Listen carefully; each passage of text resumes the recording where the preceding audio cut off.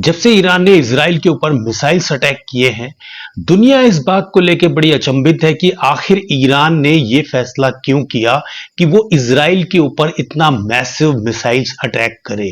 तो यहां पर जानने और समझने की ये कोशिश है कि ये एक अचानक घटना नहीं है, बल्कि इसके पीछे कई सारे ऐसे कारण हैं और लगातार ऐसे कारण बने हुए थे जिसकी वजह से ईरान को इजराइल के खिलाफ ये एक्शन लेना पड़ा। तो आइए कुछ ऐसे कारणों को जानने की कोशिश करते हैं जिसकी वजह से ईरान को इजराइल के ऊपर एक मैसिव मिसाइल्स अटैक करना पड़ा। नंबर वन, ये सभी जानते हैं कि ईरान इजराइल का नंबर वन दुश्मन है और वो सीधे सीधे लड़ने की बजाय प्रॉक्सीज का यूज करता है, यानी कि ऐसे संगठनों का यूज करता है जिनको वो हथियार और पैसे के बल पे इजराइल के खिलाफ लड़ने के लिए उकसाता है, जिसमें शामिल है हमास, हिजबुल्लाह और हैती। अब ये जो तीनों ही प्रॉक्सीज हैं जो कि ईरान के द्वारा प्रायोजित हैं, अब जबकि हमास ने अचानक से इजराइल पर एक बड़ा खतरनाक आतंकवादी हमला किया था जिसमें कि 1200 के लगभग इजरायली जनता की मारे जाने की संभावना थी। ऐसी स्थिति में इजराइल के द्वारा हमास को जड़ से नेस्तनाबूद करने के लिए उसने गाजा पट्टी पर जो मैसिव बॉम्बिंग की, जिसमें कि लगभग आज की तारीख में 40,000 से ज्यादा लोगों के मारे जाने की संभावना है। अब उस स्थिति में हमास को बिल्कुल समाप्त करने की कगार पे इजराइल आज की तारीख में पहुंच चुका है।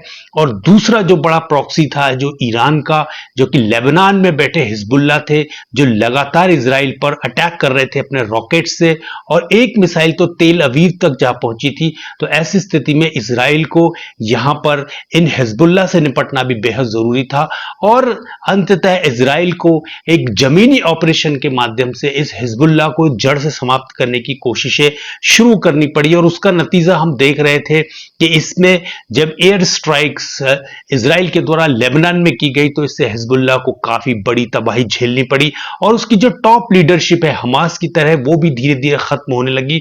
और नसरुल्लाह की मौत के साथ ही यहां पर हिजबुल्लाह की जो कमर है वो लगभग टूटती हुई नजर आ रही थी। इस तरह से ईरान के सामने यह मुश्किल हो रही थी कि यदि वो देर करेगा तो यह संभव है कि इजराइल लेबनान में घुसकर हिजबुल्लाह का पूरी तरह से सफाया कर दे। तो अपने प्रॉक्सी को बचाने के लिए हो सकता है ईरान ने एक मैसिव अटैक इजराइल पर किया हो।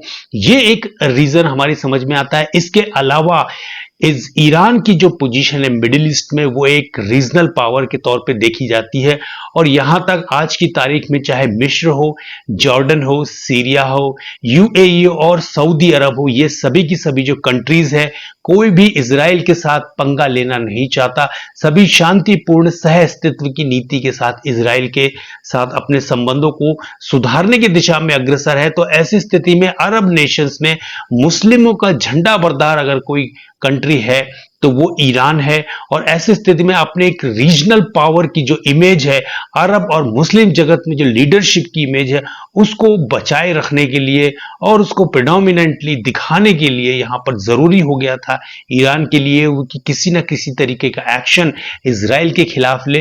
तो ये एक दूसरा रीजन था जिसकी वजह से ईरान ने इजराइल के ऊपर ये एक मैसिव अटैक किया। तीसरी बात ये कही जाए कि जहां तक हानिया जो कि हमास का चीफ था उसकी हत्या जो है वो ईरान के भीतर तेहरान में की गई, तो ये एक बड़ा सेटबैक था ईरान के लिए। और साथ ही साथ उसके जो दो कमांडर थे जो कि सीरिया में हवाई हमले के दौरान मारे गए थे। तो इन सभी बातों की वजह से ईरान के लिए ये बेहद जरूरी था कि वो किसी न किसी रूप में इजराइल को जवाब दे, जिसका परिणाम हम ये देख रहे हैं कि इजराइल के ऊपर ईरान ने एक मैसिव मिसाइल्स अटैक किए हैं। ये इस तरह के अटैक अप्रैल में भी किए गए थे। अप्रैल 2024 में भी ईरान के द्वारा कुछ ड्रोन्स और रॉकेट्स इजराइल की तरफ दागे गए थे, लेकिन उनको इंटरसेप्ट कर लिया गया। उसमें जॉर्डन, यूएसए और साथ ही साथ इजराइल ने मिलकर उनको अप्रभावी कर दिया था। लेकिन इस बार ऐसा नहीं हुआ। तकरीबन 200 मिसाइल्स दागी गई, जिसमें से काफी सारी जो मिसाइल्स हैं वो इजराइल की जमीन को हिट की हैं और साथ ही साथ जो मिलिट्री स्टैब्लिशमेंट है इजराइल का उसको भी नुकसान पहुंचाए। हालांकि क्लियरली हमारे पास ये इंफॉर्मेशन अभी तक नहीं है कि कितना नुकसान इजराइल को इस मिसाइल हमले में उठाना पड़ा था। अब देखिए दूसरी बात करते हैं कि अब इजराइल के पास क्या ऑप्शन है। तो इजराइल के पास ऑप्शन है। पहला ऑप्शन यह है कि वो ईरान के जो एटॉमिक संयंत्र हैं, एटॉमिक फैसिलिटीज हैं, उनको बॉम्बिंग करे, उनको एयर स्ट्राइक से डिस्ट्रॉय करने की कोशिश करे। लेकिन उसमें एक खतरा यह है कि इस स्थिति में ईरान हो सकता है अपने आप को एक एटॉमिक पावर अनाउंस कर दे और साथ ही साथ अपने आप को एक एटॉमिक पावर घोषणा करने के साथ ही साथ वो परमाणु अप्रसार संधि से बाहर भी जा सकता है, जिसको लेके थोड़ी बहुत बार्गेनिंग वो यूएसए के साथ अक्सर करता रहता है। तो यहां यह भी संभावना है। और साथ ही साथ यदि ईरान अपने आप को एटॉमिक पावर अनाउंस करता है तो इस बात की भी संभावना है कि मिडिल ईस्ट में अन्य कंट्रीज भी अपने आप को एटॉमिक पावर के रूप में प्रस्तुत करें या अनाउंस करें, क्योंकि इस बात की काफी हद तक संभावनाएं पॉजिटिवली मौजूद हैं कि ईरान के पास परमाणु हथियार हैं या उसके पास ये कैपेबिलिटी पूरी तरह से मौजूद है कि वो अपने परमाणु संयंत्रों की सहायता से बहुत आसानी से एटॉमिक हथियार बना सकता है।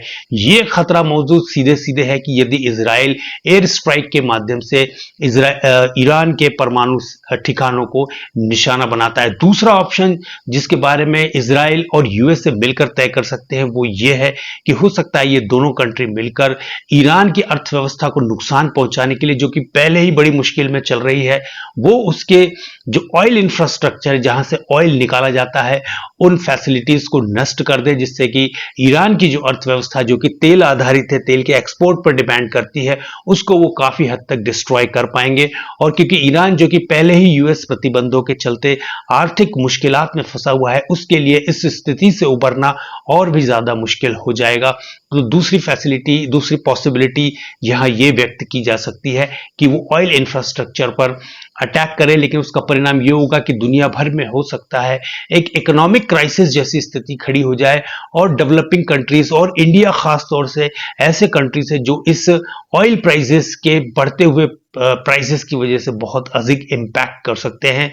तो दुनिया ये भी नहीं चाहेगी कि अचानक से ऑयल के प्राइसेस में बहुत तेजी आ जाए और दुनिया की अर्थव्यवस्था के लिए एक नया तरीके का खतरा पैदा हो जाए। तीसरी संभावना इस बात की है कि इजराइल ठीक ईरान की तरह ही मिसाइल फायर कर सकता है, कुछ उसकी जो एयर बेसिस हैं उनके ऊपर फायरिंग कर सकता है, उनके ऊपर मिसाइल्स दाग सकता है और साथ ही साथ एयर स्ट्राइक के माध्यम से ईरान को काफी नुकसान पहुंचा सकता है। उसके जो एयर डिफेंसेस हैं वो इतने पावरफुल नहीं है, तो शायद वो इजराइल के जो एयर स्ट्राइक है उसको झेल नहीं पाएंगे। और इस बात की संभावना भी पूरी है कि यदि इजराइल मिसाइल्स फायर करता है ईरान की ओर, तो ईरान के पास इस तरीके का कोई पुख्ता सिस्टम नहीं है जो कि इन मिसाइलों को इंटरसेप्ट करके हवा से में ही नष्ट कर पाए। तो यहां पर ईरान को नुकसान होना तय है।